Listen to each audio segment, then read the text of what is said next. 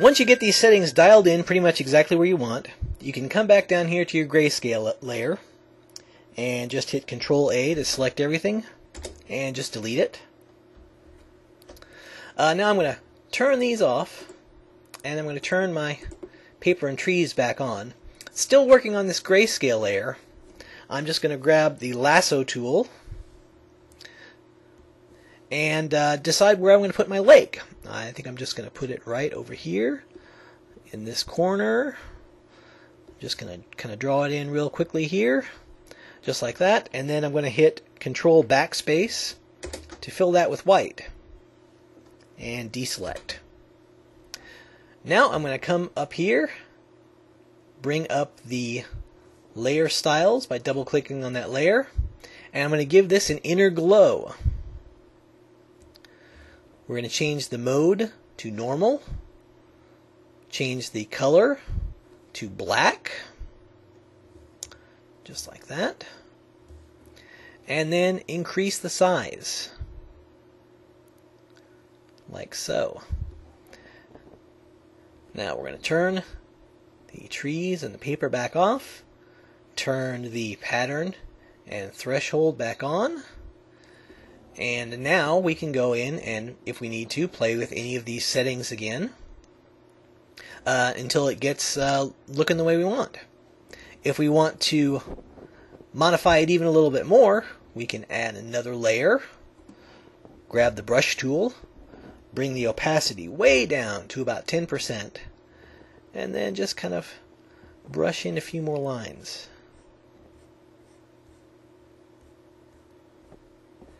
Just like that.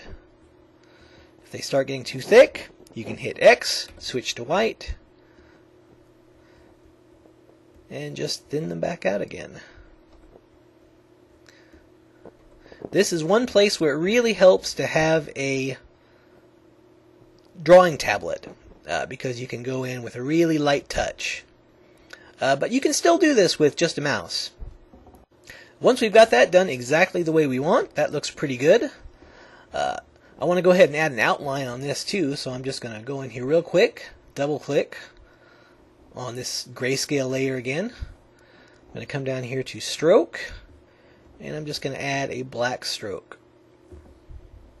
And that'll just put a nice outline around the lake. Now, once I've got this all done just the way I want, I'm going to come up here. I'm going to add one more layer, and I'm going to hit, this is kind of a crazy shortcut, so bear with me, Control-Alt-Shift-E. What that does is it duplicates all of the visible layers and copies them onto the topmost layer. It's called Stamp Visible. You won't find it in any of the drop-down menus.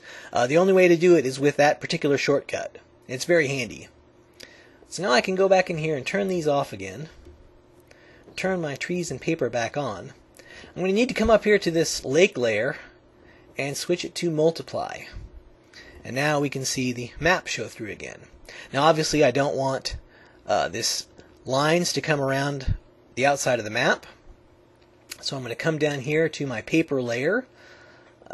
I'm going to Control click on the layer mask, and that selects it. Then I'm going to come back up to my lake layer and just hit Add Layer Mask, and voila, it masks out everything that was sticking out off of the paper. By default, the lines that we've created with this technique are kind of blocky and pixelated, but we can soften them up quite a bit. I'm just going to come back over here and click on the layer thumbnail, so we've selected our lines here rather than the layer mask. I'm going to come up here to Filter, down to Noise, and over to Median.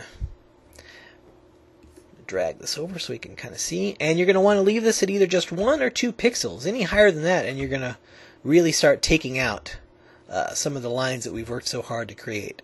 But just about 1 pixel looks pretty good.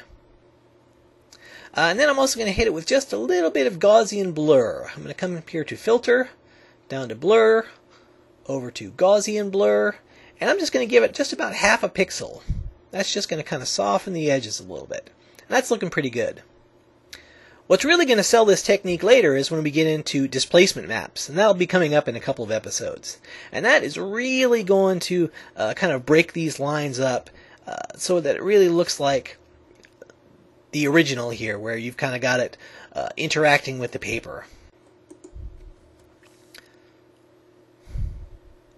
One of the things I really like about this technique is that it's really fun to just kind of go back in and play with the settings and see how things kind of interact with each other. You know, you can come back in here and grab a brush and just start kind of painting in and seeing the effect coming in. You can try this with a lot of different patterns. You can get a lot of different effects with this particular technique. You can imagine being able to paint in kind of a gradiated pattern like this on a lot of different drawings and maps and that sort of thing. It's a really cool effect, and I love to use it. That's going to do it for this week. Next week, we'll start some heavy construction as we add roads and buildings to our map. As always, if you have any questions or comments, stop by zombienirvana.com. Make sure you check out the show notes and downloadables while you're there. Until next time, thanks for listening, and happy mapping! Will ye go, lassie, will you go?